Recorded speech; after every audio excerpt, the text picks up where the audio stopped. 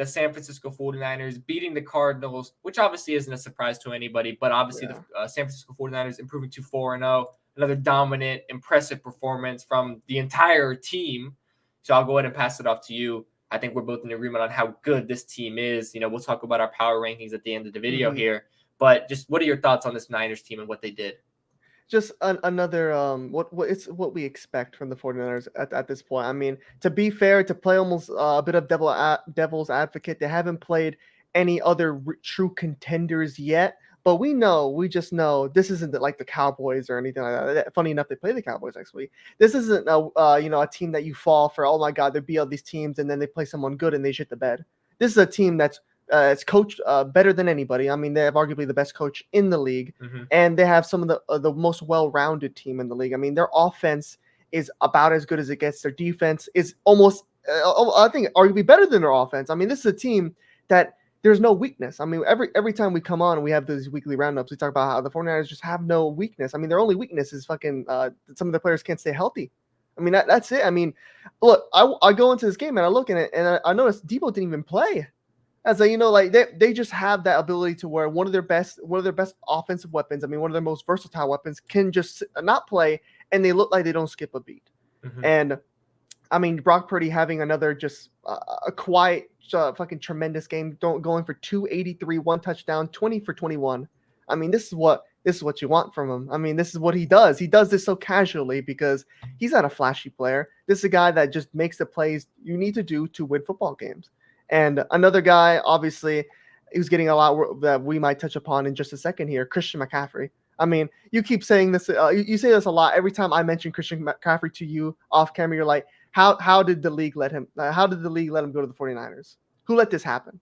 Because this guy is just a terror. You give the 49ers one of the most the most versatile back in the league, and they're just like, oh, we're all surprised that this is happening now. Because I get a lot of people question that if he could stay healthy, but my God, when he's well, he is hell. This guy is fucking hell on earth when he's healthy. And not to only mention Brent Ayuk going for $148. I mean, this guy is just must see. I mean, he's untouchable. And all that to mention those two guys and George Kittle. I had to scroll a little bit down. George Kittle got 9 yards. I mean, they have a guy of George Kittle's stature, and he's not even really making that much of an impact because, quite literally, they don't really need him to. But if they did, he would. I mean, if there's a game that comes to where those other guys aren't firing on normal, they just go to George Kittle, the tight end. And the good thing about George, Mr. Reliable, and the good thing about George Kittle, he does a lot of other things that tight ends do. I mean, he blocks. I mean, there's a lot of stuff he does for this team that don't really show up on the stat sheet. And of a player of his stature, he always draws the defense. I mean, a defensive coordinator always has to go into every game against the 49ers and look at, they have George Kittle. No matter what, we have to throw some type of attention to him. And that leaves, obviously, the field more open for players like an Ayuk, even got guys like Christian McCaffrey, who was able to get 71 yards receiving. Yeah. I mean, it just makes everything work. And to finally have that guy that looks like is going to be the reliable quarterback in Brock Purdy, that they don't have to worry about him making stupid decisions and making bad turnovers. He doesn't really. That's not what Brock Purdy does. I mean, he's a guy, like I said, who makes the right plays. He doesn't really risk it for the biscuit very much. I mean, he can make a couple good throws. He has a great arm, but not, like a spectacular arm. He just does enough. He does everything right. And that's just what is the 49ers right now. They do whatever it takes to win, and they do it just enough to win. I mean, it's great to watch. I mean, I'm telling people now, like, if this 49ers team stay healthy, I would not be surprised if they don't lose a game. I mean, I would not be completely shocked, but a lot of that comes down, to who stays healthy. Yeah. I mean, look, I'm gonna cool the brakes here a little bit on for undefeated talk. Obviously, way too early for that. Yeah. I did just say earlier that no team is ever gonna go undefeated. I don't even think this Niners team is good enough to go undefeated. You're gonna slip up at some point, but I do understand the premise of what you're saying here because this Niners team is just unbelievable. I mean, like you said, I say it all the time. How did the league let them get Christian McCaffrey? Who let this happen? Did Roger Goodell should have paused the trade and said, no, we're not letting this happen. This team's going to be too good. They should have done like the David Stern and the Chris Paul deal to the Lakers. Like, we're not letting this happen. Like, no, we're canceling it. Veto it. It's not going to be good enough for the league because, my God, 4 touchdowns, 3 on the ground, 1 in the air. I mean, McCaffrey, we're going to talk about it in a second here. but this guy might be number one for MVP right now. That's how good he's been playing so far through 4 weeks. Obviously, the big thing with CMC is just, can he stay healthy? That's been his thing throughout his entire career, because we've always known how good he is. I mean, we knew how good he was with Carolina. Obviously, now with the 49ers, a real contending team, we're seeing just how good he can be, because obviously he's so good, but obviously they have so many other weapons where it's like you can't just focus on him. You put all your attention on CMC.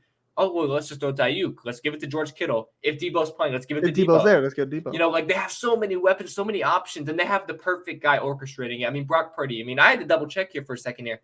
20 completions, 21 attempts, 95% completion percentage. What are we talking about here? Hell. His stats might never blow you away. He's not going to have 5 touchdowns in a game. I mean, he just had one. He just had the 1 touchdown, but he's the perfect guy for this team because he doesn't turn the ball over. He does what needs to be done. He's literally. He's an elevated game manager, and that's almost the best compliment I can give you, because this team. You're not going to see his plays on ESPN highlights. He's not that type of guy. But he is the guy that he's going to win you football games. He's not going to turn the ball over for example, I'll say Dak.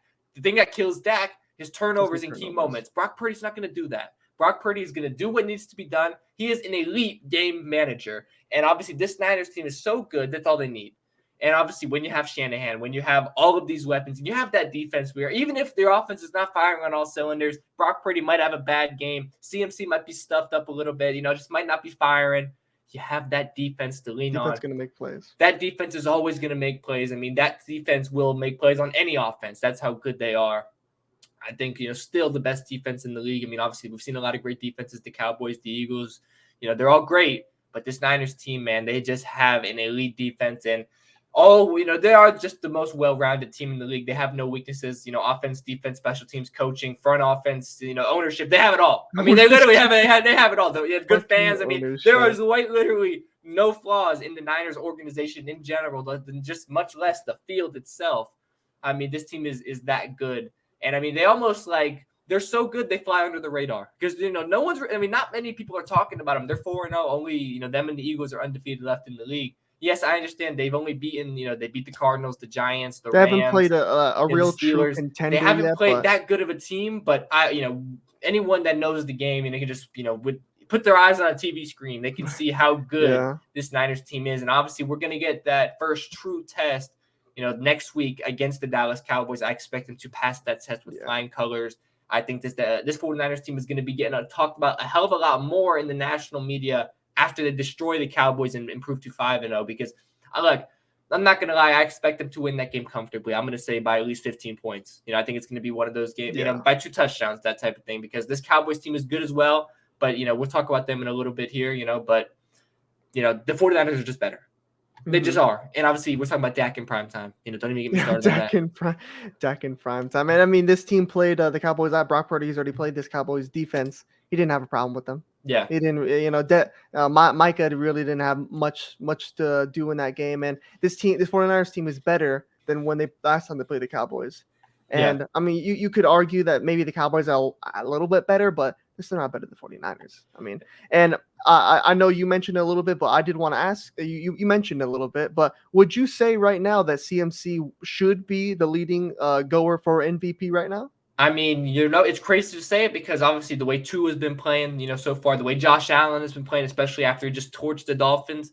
But it's hard to not have Christian McCaffrey's name in that conversation. It's hard for me to say he's, number one. I think he's in the mix. I don't think there's a true number one right now. It's a lot of guys that are real early. It's all real close. I mean, Tua's been playing great. Josh Allen and CMC. For me, I think those are the 3 right now for me that have, elevated themselves up from the pack. I think, those are the 3 guys that I think should be getting talked about in that mix right now. But what CMC is doing, obviously, we all know in this league, it's extremely, extremely difficult for a running back to win MVP. It's a quarterback-driven award. 2012? It hasn't happened since Adrian Peterson in 2012.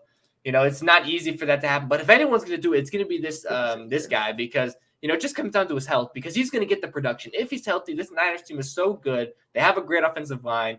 We know how good he is. If he's healthy, he's going to get these stats. I mean, he's going to get touchdowns. He's going to get 100 yards a game easy. I mean, this is just what he does, especially when you have these weapons around him. So, if he's healthy, if he plays all the games, he is going to have some incredible stats. Yeah. I mean, he's going to have the stats to do it, basically. So, for me, And it's always the question with CMC, is he going to be healthy for every single game? Because that's kind of what it comes down to. Because even last season, I know it's a quarterback to a running back, but Jalen Hurts was the MVP frontrunner. He got injured for a couple of games. Obviously, that affects your stats heavily. Yeah. And then, obviously that derails your entire campaign here. And for a running back, we've seen it, this season, last season, you always see a running back. It's very easy to get hurt, unfortunately. A guy like CMC, he has that injury history as well. We've seen a lot of injuries with running backs, obviously, knock on wood, because you never want to see it happening, especially to CMC the way he's playing right now. But for me, I think he definitely deserves to be in that conversation. And it's hard to say he's not number one right now based on what we just saw against the Cardinals and the way he's playing in general. But for me, it just comes down to his health. And, that's the big question mark. Is he going to stay healthy? I hope he does. Yeah, I mean, it's almost be a travesty not to be able to see a guy at this level of talent not play in and out every week. But I think I'm very confident to say that if he does play every game, I know that's hard to say for any, but if he does play every game, it's hard for me not to see him in that, 1 or 2 in the MVP, just because how much they use him in this, how much of part of the offense he is. I mean, realistically, the 49ers offense is spectacular, but a lot of that, the wrecking ball is CMC. I mean, Ayuk is all world, but when we're talking about in the red zone, where who do you need to push you over the edge, get that touchdown? You look at CMC. That's the guy that they trust, and that's the guy that's mostly going to be getting those getting the finishing blows here. They get 3 touchdowns in one half here. I mean, for Christ's sake, 4 in the whole game. 4 in the whole game, and obviously we can't speak to his versatility. Just that he could do anything. I mean, it's a guy that can. He could look. There's points on me. I think wasn't in his debut that he threw for a touchdown, rushed for a touchdown. But this is a guy.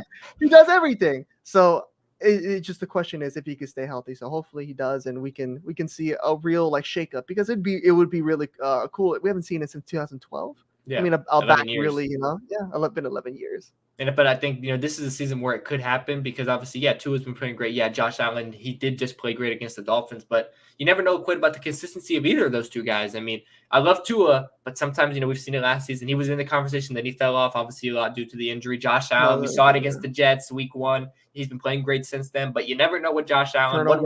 One week is Joe Montana, the next week is, he's Zach Wilson, obviously. Flacco, So Joe Flacco, Zach Wilson might not even be a good comparison after what we saw on Sunday, but he played decent, we're going to talk about him in a little bit here. But obviously, that's just the point that I'm trying to say here. It can be inconsistent, not quite Dak inconsistent, but inconsistent nonetheless. Yeah, I always get on Dak, you know what I mean? But poor Dak.